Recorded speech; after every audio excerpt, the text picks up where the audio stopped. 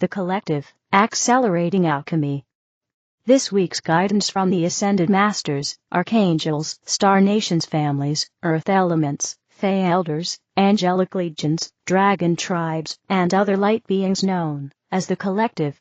The Collective, greetings, dear ones. We are as always very pleased to speak with you today. And so, our writer has asked us to speak on the fires that have been raging in the Los Angeles area for a number of days now. My friends, as many are now, I have been horrified at the scenes of destruction happening in Southern California over the last week or more. Perhaps not surprisingly, I see that some people are saying that LA deserves this. They are conflating the dark excesses of the film, television, and music industries with the entire population of Southern California. Others are saying that it's part of a cleansing alchemy that the Earth is using now as we enter into 5D. And it may be that, at least in part. Yet to me, those responses have to do with denial of the pain being experienced by many thousands of people who have lost homes, jobs, schools, community. Perhaps even a loved one. It also strikes me as a spiritual bypass, where it feels better to phrase things in a high-tone spiritual way to protect ourselves emotionally. Other people are responding on a political level, noting that there were identical forms of destruction in the Lahaina fires on Maui in 2023, such as melted glass and metal, which fire alone doesn't get hot enough to do. They also point to purported plans to create smart cities in the destroyed areas. I find that while there may be real truth to aspects of the spiritual and the political outlook, they do not actively support the plants, animals, and humans experiencing this devastation. I'm using the cool transmuting violet flame of Saint Germain, and calling out to the angelic legions to assist however they are permitted to do so, yet it's easy to still feel we are not doing enough to help. I appreciate any wisdom you can share with us. The Collective. First, we wish to assist everyone in coming out of the very taxing and debilitating emotional state of panic and feelings of loss, as well as shock at seeing how much has been consumed by flame since the fires began. And so, we are flowing energies to you in this message, to assist you in returning, as you are ready and able to do so, to a general feeling of calm, knowing that whatever the losses and upheaval may be, there is still a powerful flow of light in the universe and on Earth that assures one, all is well. Our writer has been sharing with many the phrase from the 14th century Christian mystic Julian/Juliana of Norwich, who wrote so beautifully on the issue of suffering. All is well, and all is well, and all manner of things shall be well.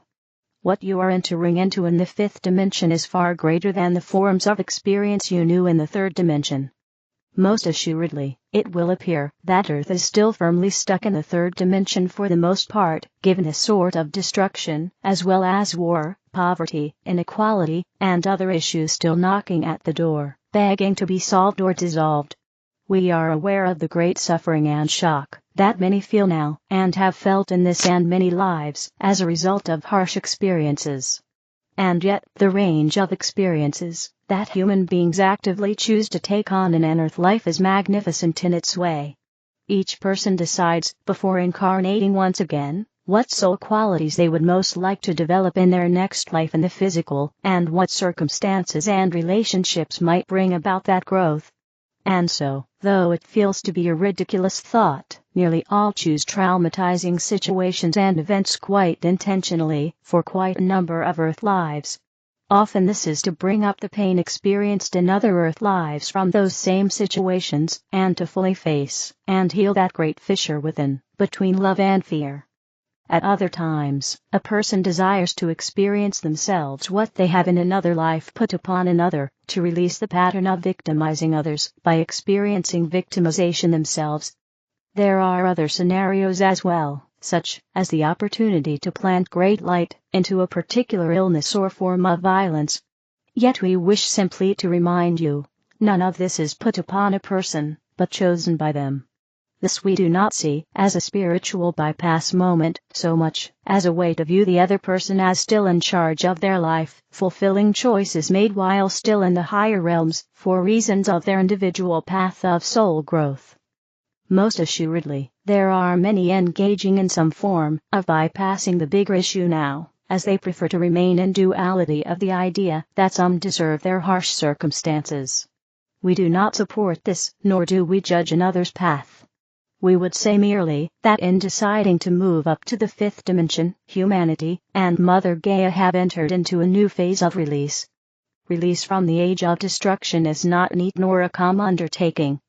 Over the many thousands of years that humanity has been held in entrainment to a lower vibrational reality, human beings were programmed to believe that a fight for survival was the only reality available to them. In modern times, many have moved beyond survival into various forms of comfortable living, where they need not worry about hunting or tending crops in order to have food or shelter. Yet for most, the fear of death and the impulses of survival thinking still run much of their day, answering to programming and old trauma, calling to them from deep within the subconscious. Yet great and quite powerful higher light now flows to the earth from your sun's all sentient golden light particles that share the power and presence of divine love. And in that light, humanity has been reaching higher in outlook, vibration, and life choices. Humanity has for a while now been moving thought, emotion, and spirit out of a place of desperation, fear, and sheer survival. And so, the old power structure has indeed launched attacks on many places that had been at relative peace. We speak now to all affected by the fires or scenes of war, whether physically present there, or present mainly in their heart-mind. Those of you not in those situations, and not working hard to find food, safe shelter, and medicine, will be more immediately available to assist. And so, as the first phase of healing from this destruction, and assisting all, both the bystanders and the unhoused, we encourage you to release all notions of victimhood, whether your own, or someone else's. Consider that every soul is sovereign by nature, and more powerful than you can know. It is no longer a requirement of the human construct to suffer from outer situations, as if these decided one's whole life. Purely because someone is experiencing shock or trauma at present, including loss of home or community, does not mean they have been set back in ways that will take many years to recover from. For many, even those with children or elders to care for, it will simply be a new beginning and a new phase of their life. Each person has the power to decide how long they will remain in a traumatized state. Trauma can be released by calling upon and drawing in their own soul power, in addition to outer help such as community support, counseling, meditation, and energy healings. Giving thanks for even the smallest positive aspect of their current life is empowering many now. Thankfulness is a freeing and powerful abundance practice that draws even more positive situations to the thankful one.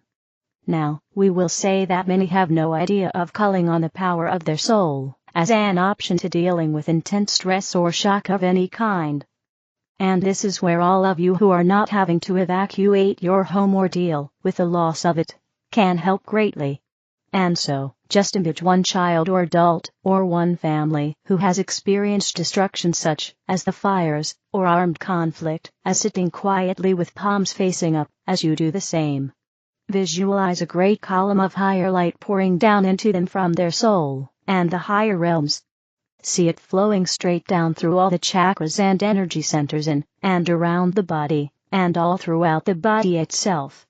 As that light brings in the presence of their higher self and opens the crown chakra to receive even more light and more wisdom and guidance, see them moving out of shock and upset. See them releasing unconscious connection to the fear, grief, and shock of others, and moving calmly into a place of great peace. Breathe out. See them releasing all panic and trauma, and remembering their higher aspect intuitively. Breathe in slowly, then slowly breathe out a sigh of relief on their behalf. See them moving into calm, while also allowing healing of all painful memories coming up from other lives, in which they also experienced times of destruction. And know that as you offer this to one person, or one family, you offer it to all. If your heart is more with the animals, or the trees, offer this to them. They will be very thankful to you. These dear ones may cry, yes. They may have trouble sleeping, as many would. Yet as they release the stress of this circumstance, as they allow themselves to cry or express their trauma in other ways, such as through creative output, they are releasing the trauma of many lives lived in harrowing, life-threatening situations. This is the jewel of the lotus, even if you feel that suffering is not the way forward. In these quiet moments, speak aloud words of comfort and reassurance to them, and know that their angels are carrying those words and those energies to them now. Declare their suffering ended, along with all of humanity's suffering, in all parts of the world. We would agree that the time to learn through suffering has ended now, as Earth's people are releasing that old idea. Yet for now, much release is needed of the third dimension, and all its toxicity, even in a context such as this, in which it may appear that the old power structure has taken control of the moment. It has not. See that light pouring down from your own soul, dear ones, as well as your soul family, and each of these persons' soul families. See it filling your and their physical, mental, emotional and etheric bodies full of light. The light of reassurance, of strength, that releases all outer cues to feel hopeless or isolated.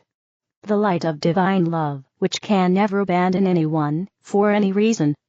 As you claim your own strength, and image others doing the same, you demonstrate that instead of weakening so many, this situation has only shown them their true power of creation, healing, and reliant only on the life force that flows through them from Source itself. You may have already seen the images of countless piles of donated food, clothing, pet food, and other items filling donation spaces in the Los Angeles area, and heard of the many millions in donations pouring in to assist those who have become unhoused. A tearful Jimmy Kimmel shares scenes of donations and volunteer support in Los Angeles. More support will follow, dear ones. Yet do your work, light being. In part, you have come in for this. And so, aid these ones energetically, as they call out for that now. Many of these ones were your friends and family in other lives, and, as you reconnect with them in the etheric, believe us, they will feel the love and support you send them. The plants, trees, and animals are already sending one another exactly that kind of support, and honoring those lost on the physical plane, though lost not in the etheric. They shall return. We will speak again on this issue. Yet for now, give those in California and other troubled places in the world with the reminder of their own soul's power and the love of their soul family. All is well, dear ones. You are never alone, even in this great time of transition. Evermore, you are of the light. And the light heals all. Namaste. When your mind can't let go. Sometimes your mind can get fixated on something, and it just won't let go. For some people, this happens a lot, sometimes more than they realize.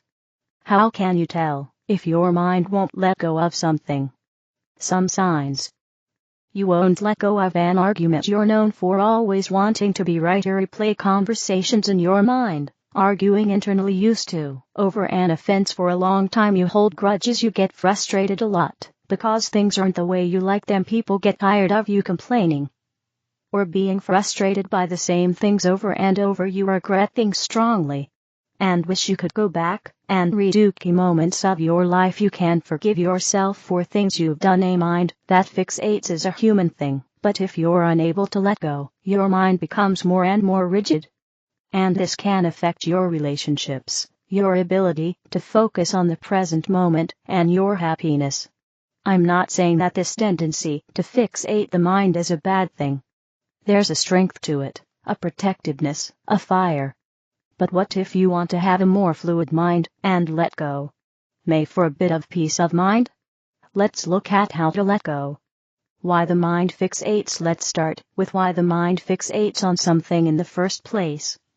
Let's assume it's not because the mind hates your happiness or is dumb. The mind desires things the way it wants things to be, and that desire is completely natural. We want things the way we like them. The fixation comes when we get strongly attached to things being the way we want them to be. Why would we become strongly attached? Because of fear. We're afraid that if things aren't the way we want them to be, then we won't be okay.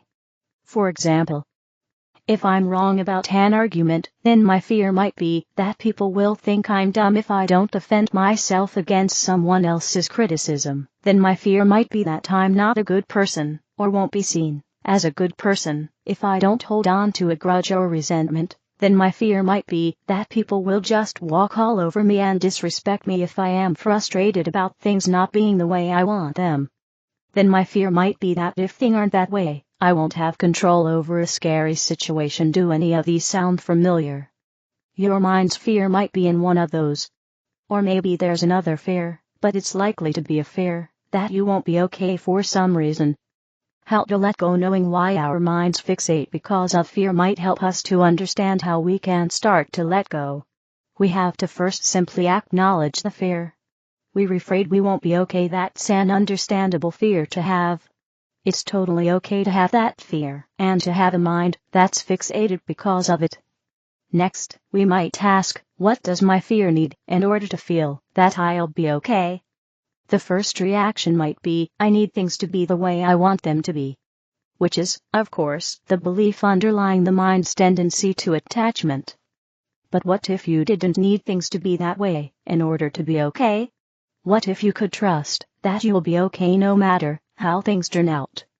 See if you can imagine yourself being okay, even if you're not right about things, even if someone thinks bad things about you, even if you do something embarrassing, even if things aren't just the way you want them to be.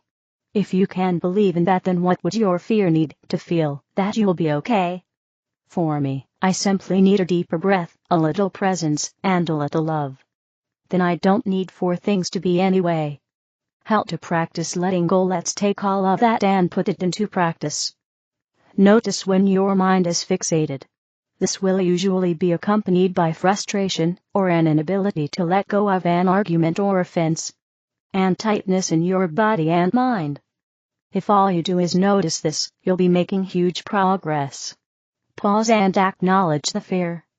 Breathe for a moment. Notice that your fear that you won't be okay is causing you to be attached and tight. Notice that it's frustrating you. Now simply acknowledge the fear, breathe, give it some presence and love. Remind yourself that you'll be okay no matter what.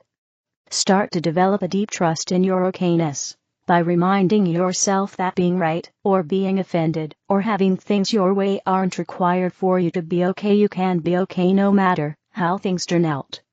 Trust in that. Now let go.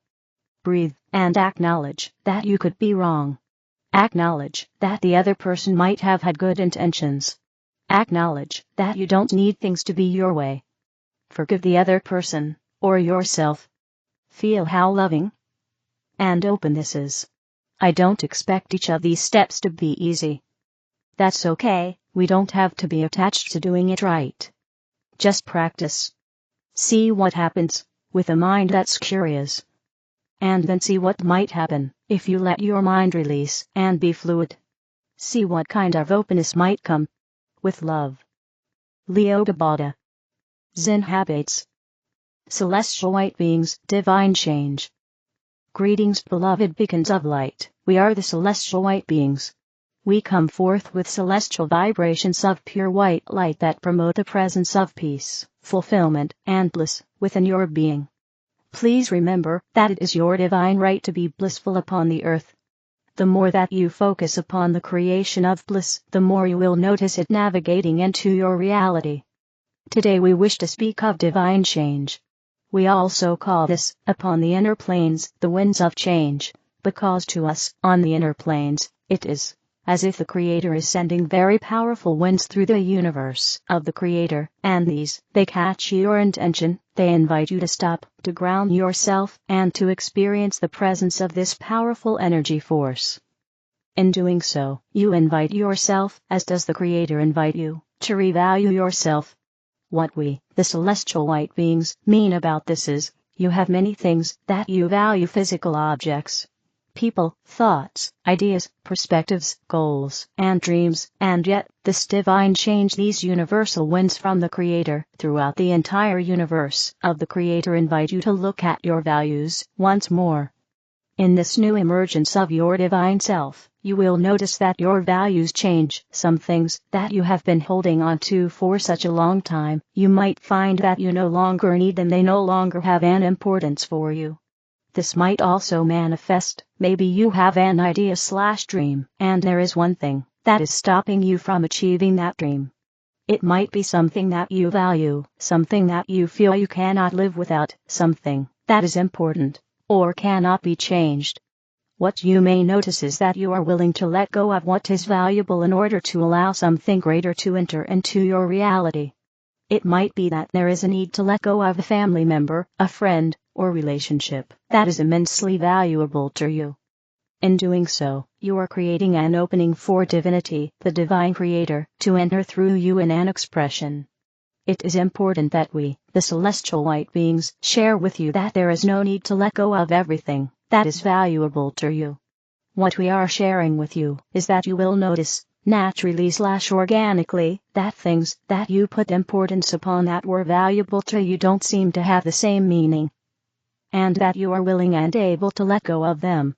It still may be challenging, however you will feel/sense/acknowledge an inner guidance guiding you to release what is no longer needed, even if it seems valuable at the time.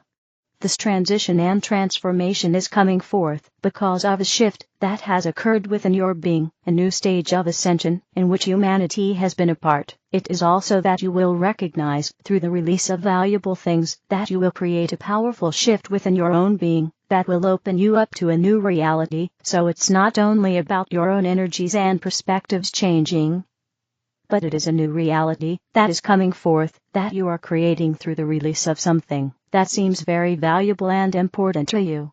It is a time to contemplate oneself, to listen within your being, to recognize what you value, what you are not willing to let go, and it is okay to not let go, and what you are now willing to let go.